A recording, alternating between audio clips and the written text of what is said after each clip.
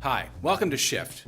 It's PwC Canada's podcast series, and we're digging into key digital trends and topics that can make your business transformation a reality. I'm your host, Jon Finkelstein, and I'm also the creative director of PwC Canada.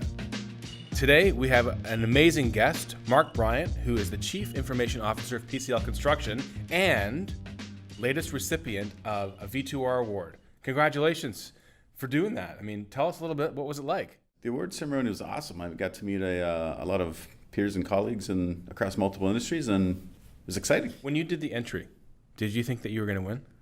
We knew we were going to win. Yeah? Were you super confident? Like, we're PCL. Absolutely. We're super confident. I got an amazing team. We've made a significant transformation, so I went in there with a high degree of confidence that we were going to take it away. That's wicked. Congrats. Tell us a little bit about yourself. What do you do at PCL? So I'm responsible at PCL for the entirety of our IT operations and digital transformation strategy as it relates to moving technology forward in the organization, primarily with a focus on how do we drive digital transformation in the field. How do we transform that operation of the organization to be more digitally enabled, to do things with a higher level of productivity, higher level of creativity, higher level of efficiency, higher level of quality, and higher level of safety. When I think of construction, I don't automatically go to digital transformation. I think of machinery and people constructing large buildings. Clarify for us a little bit about how digital transformation plays a role in construction. Well, historically it hasn't, so it's a great question. So we do things on a job site today that we've done 50 years ago, 75 years ago, 100 years ago. And so that's where the opportunity is. And so taking away paper processes, streamlining and automating things that would be done by arms and legs moving. A great example would be we use iPads on the job site today to do safety inspections and quality inspections. So we're doing things instantaneously at a job site today that historically we would take hours to get back to a subtrade. So those digital technologies allow us to do things more efficiently, make sure that we keep a high level of safety and high level of quality, and that's what customers want. So PCL is 110 years old. I've got to think there's all sorts of deeply rooted opinions. This is the way we do things. It's been working this way for 100 years and we're like the top. Don't talk to me about iPads and digital transformation. I'm guessing no. Tell me, was it difficult? Like, when you started the process, was it one of those things where the organization goes, absolutely, we need to do this, or I'm skeptical? It's probably the 80-20 rule. So you probably have 80% of the people in the organization that say, yeah, we've always done it this way. We've battle tested it, battle scarred it. We've gone through the battle scars. We're going to continue doing it this way. There's always that 20% that's just, wants to disrupt a little bit more and open to change. So you have to find the people in the organization that are willing to make the change and get them to be part of the change with you. If you don't, you won't have the organizational success. The other thing I could say is you can't boil the ocean overnight. You've got to start really small, very tactical. Where's the immediate business value, and work with those people that do want to disrupt and change, and then use that as your proving point. And if you can do that with one or two of the naysayers, bring them along for the ride, it adds credibility for the next one. And so you got to keep building on that momentum. You can't do one and stop. You've got to continuously keep adding momentum as you gain it. Ironically, the demographics are shifting as well. So we have a lot more young people coming into the workplace that need or expect your company to be in the digital era. And we bring students in to help us with the new thinking. What are they? And it's a great learning experience for everybody in each of those specific roles, because it allows us to see things that we may not have been thinking of, and it brings forward new ideas and that change. I think the most important thing in any organization is the management of people and change. And without that, the technology doesn't matter. So partnering with a younger generation and allowing those students to come in and say, hey, have you guys tried this, is positively disruptive, I think, in the organization. Let's talk about change for a second. So you talked a little bit about, doesn't matter how great the idea is, if you don't have change management in place, if you don't have a way to get people on board, you're pretty much dead in the water. So tell us a little bit about how you did that within PCL. So that's change management around people is probably the most complicated thing. It was probably, in the early days, it was probably one of the things we overlooked the most. I think people were a little bit scared that they were going to lose their job. by us moving technology and infrastructure to the cloud. That's when the light bulb went on about managing the people change. So, how do we get people on board, make sure that they're part of the process, understand what they want to do in the future, look for opportunities to retrain them, give them really good visibility into what was going to be next for them, and ideally something that they were passionate in. Communicating and evangelizing early and often. So I think it's critically important to help people understand what's in the future, making them part of it, retraining them, and really getting them involved. I love what you said about, hey, consider it this way. So we're gonna change from X to Y, but in doing so, it opens up a whole world of potential opportunity that didn't exist before for you. Absolutely. I had to ask people, why did you get involved in technology? I personally got involved in technology 20 some odd years ago because I don't like doing the same thing every day. I like challenges. I like obstructions. I like figuring out how to get around them. I like embracing new technology. And I think our change metamorphosis really woke everyone up to help them realize why they got into technology and re-engage their passion, re-engage their energy, and re-engage their spirit. There's a quote that I really like. It's very simple. Habit is the great deadener. And I find that that's, for me, I love tech as well, right? And doing things differently. And you find when you get into doing the same thing over and over and over again, you just go into autopilot and nothing awesome happens. I think there's a lot of organizations that are in that stagnant state. And so you have to take a leap of faith, and you have to understand and have a vision of where you want to go, how you're going to get there, how you're going to get people involved, how you're going to communicate it, and what the processes are. And if you don't have that crock pot of things in that, of those ingredients in that crock pot, you're going to fail. And so it's a great question, because you have to have all those things in that crock pot for that to taste good. And if you don't, then you're gonna see something there, but you're probably not going to want to eat it. And if people aren't eating what you're selling, you're not going to have success.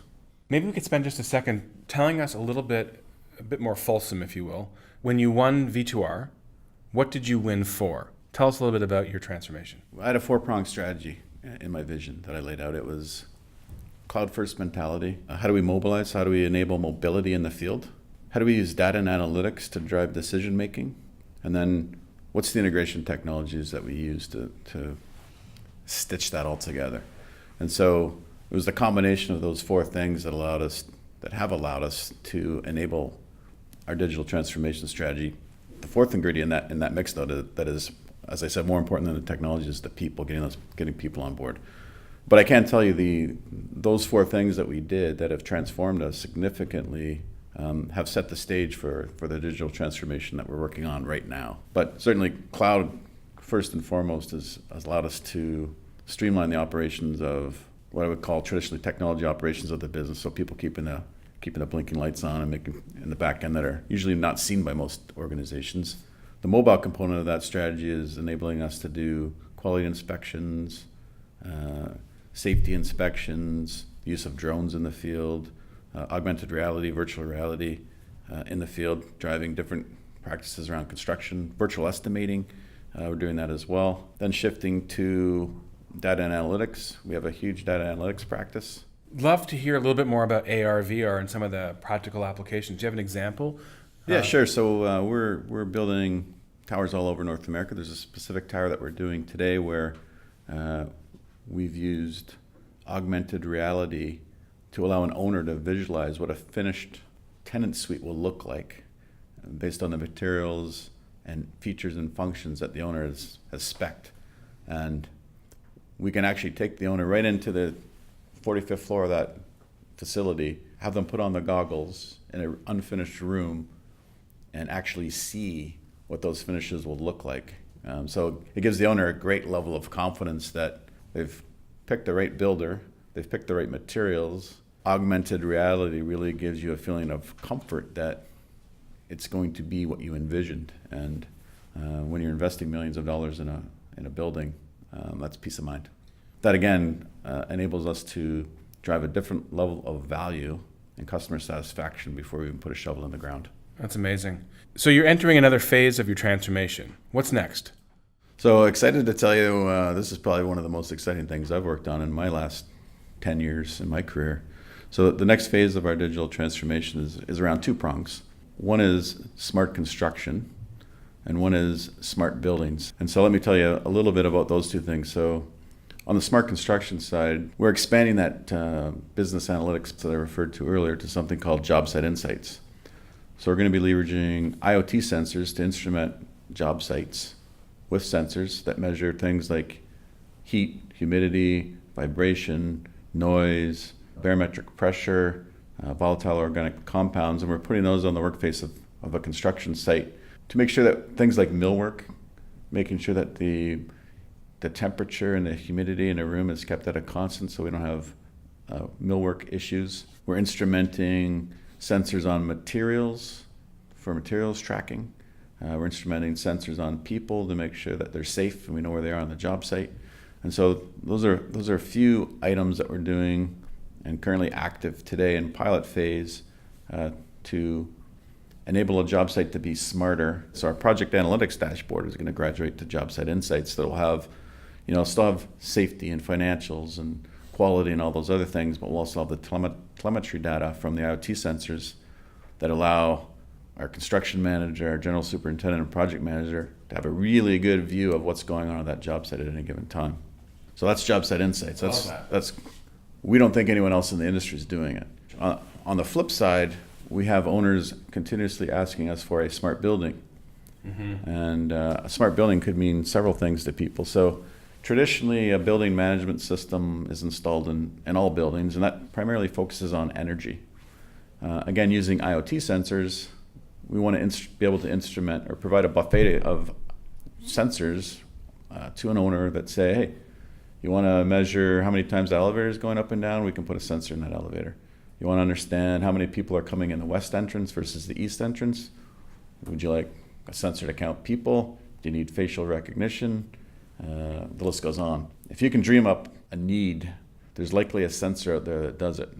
How can we, when we commission a building and turn it over to an owner, put all those sensors in, measure what they're doing, give the owner great confidence that not only the traditional building management system, but all the sensors that they put in to manage their building, how can we hand that over to them with great confidence on a single pane of glass for them to then, on a go-forward basis, manage their building? And that's PCL's vision of an intelligent building. Yeah, it's really, really interesting. And I can totally see the power of all of that analytics, all of those sensors. Where does privacy and concern for privacy factor in? Well, the only area that privacy really would be an issue is if we did something that tracked you as an individual. And so depending on the state or the province that we operate in and the privacy laws there may be certain things that we have people review and sign and understand. And certainly we're encountering that now. So early days for certainly around people tracking, and that's where privacy would come in. Smart buildings, smart technologies, IoT sensors, cities are changing. What's your view? What do you think about smart cities and where's it going?